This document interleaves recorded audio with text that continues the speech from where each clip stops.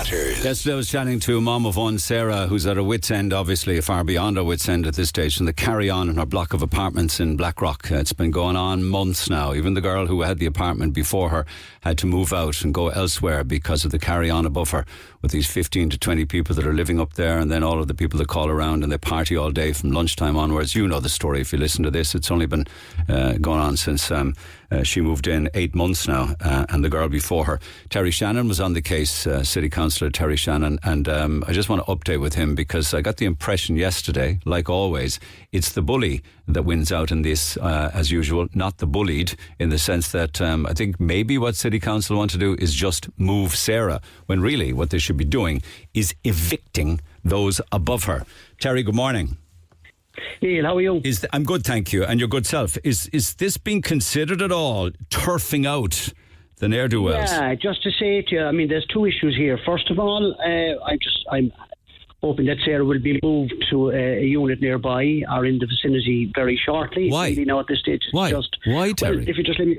Well, I suppose for her own safety, really, in the end of the day, because unfortunately I'd be concerned that they could identify her and come back. You know, so for her own peace of mind. But the other aspect of this is an eviction notice has been served on this family. Oh, thank you so much for that. When? I'd say maybe a week ago. Thank you. More. Okay, so that's good news. And I'm determined to see that through. I mean, this is the second time I'm dealing with that family, that unruly family. Okay, so what? How does this is the second time? I mean, was the first time when that other young woman was in the apartment? Yes, yeah, I was dealing with that lady as well. I know the family well, and I mean, what happened then was we put Sarah in there, and I've been saying to City Council, are we really, in all conscience, going to leave these people there and put someone else unsuspecting in there? I mean, that's outrageous. Totally. So we need to evict these people. Now, it's not as easy as that. Okay, tell me what the process involves now. Well, the process will be that eviction order has been they've been sent that. They can do two things. They can decide, right, let's get out of here, which I doubt will happen. So they can appeal it. It'll end up in court, I suspect. And what City Council need to do is put together a case in terms of all the antisocial behaviour that has gone on, not just for Sarah, but indeed for the previous occupant as well. I mean, I told you, and I have pictures of this, a large barrel of petrol was put at her door by these people, the last occupant. So we need to put all that together. They're abusive. They're verbally abusive to her. They call her names. They call and mock her child. Yeah, the extended family needs to go as well. Now, that's not as easy as that, but that's what would concern me. But as far as I'm concerned, and I will go to the court case if and when this happens. Would evidence be admitted from Sarah and the girl before her give evidence or even written evidence? If they wish. Now, a lot of the time people don't wish to get involved. But if we have a sufficient case, they shouldn't need to. But as far as I'm concerned, we shouldn't be responsible for housing them elsewhere, which we've had to do in the past. Because where would we put these people? Who would we put next to them? And nowhere. Put them nowhere if they have no respect. Well, the moment we take it back, it would be my view, quite honestly. Yeah, I mean, that's the way to deal with it. I mean, I've lost my patience with this, and indeed others over the years. And as far as I'm concerned, I'm going to see this right through, both in terms of making sure Sarah gets an equivalent unit and that she'll be happy and safe.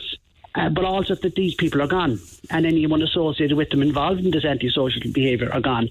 And I will ensure that happens, and I will work on it till it's successful. So these people need to go, and the sooner the better. They need to go, and they do not need to be rehoused. They just do not. There's enough people who would look after those properties and be thankful of them and get on with their neighbours. They're the people that should be looked after. Well, yeah, and look, we've had cases where people have been, and this is a failure in allocations in City Council, where people have been moved who were involved in social behaviour. I had one girl not so far away, and the armed response unit had to call there the week before she was evicted, and that was her third unit.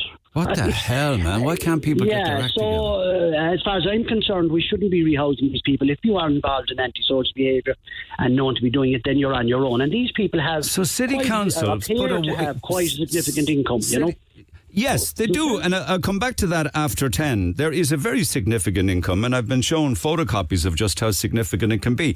But City Council put a young woman with a 1-year-old child into that apartment duplex, knowing that these characters were above her and were going to ruin her life. That's appalling. It really is. And that is now where I need to get to the end of that. I've been asking, I want to know how this happened, who was involved in the allocation, and what kind of screening was done that these people got the house initially. But you're absolutely correct. The very fact that we put another person in knowing what we were dealing with was appalling. Okay. Absolutely. I mean, there's no defence of it. Okay. So what you're saying is... I can say to you that at the highest echelons of City Council that I'm dealing with now are committed to dealing with this, committed to, number one, moving Sarah locally, and indeed dealing with this particular family to the end. And it will send out a message, and we do need to send out that message. If you engage... Okay, you still there, Terry? Sorry, if you if you can't respect the property and respect your neighbours, and there's open drug dealing going on there. There's criminal offences being caused there as well. And we have a duty of care to everybody, and I think that's important that we actually do that. You know? So to sum up, she has to be moved because this court case involving the eviction could take considerable time, during which they can stay in their apartment upstairs, all of them. So that's the only reason she's being moved, for her own safety, while this court process takes place. It's on my advice to her, and like, she was offered a flat out in Ballygan, and I again told her to refuse that because it wasn't up to standard. No, that was appalling. She told us about that. That was mouldy and damp. I told her to say that I had advised her to not to take it, and she won't be. She's not on CBL in that sense, so there's no negative.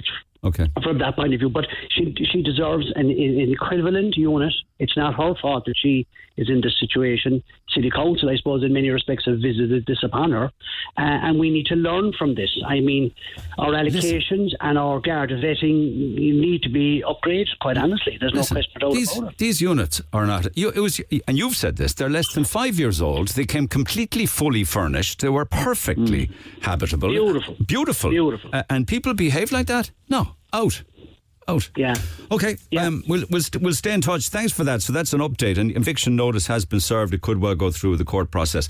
Thank you for that, Terry, as always. Much obliged. Terry Shannon, councillor. Text 0868 104 106. So there you go. Thoughts on that? Pick up the phone 0818 104 106. It's the income that interests me. Where's the income coming from that you can party all day from lunchtime to 2 or 3 in the morning regularly, with slabs of booze coming in and out, and apparently dealing and drugs being sold out of cars and all sorts of things, and everybody coming in then from outside the estate and what have you. It's just a nightmare. Back after 10. The Neil Prendeville Show on Red FM. Conversation that matters. Morning all. Be part of the conversation. The Neil Prendeville Show with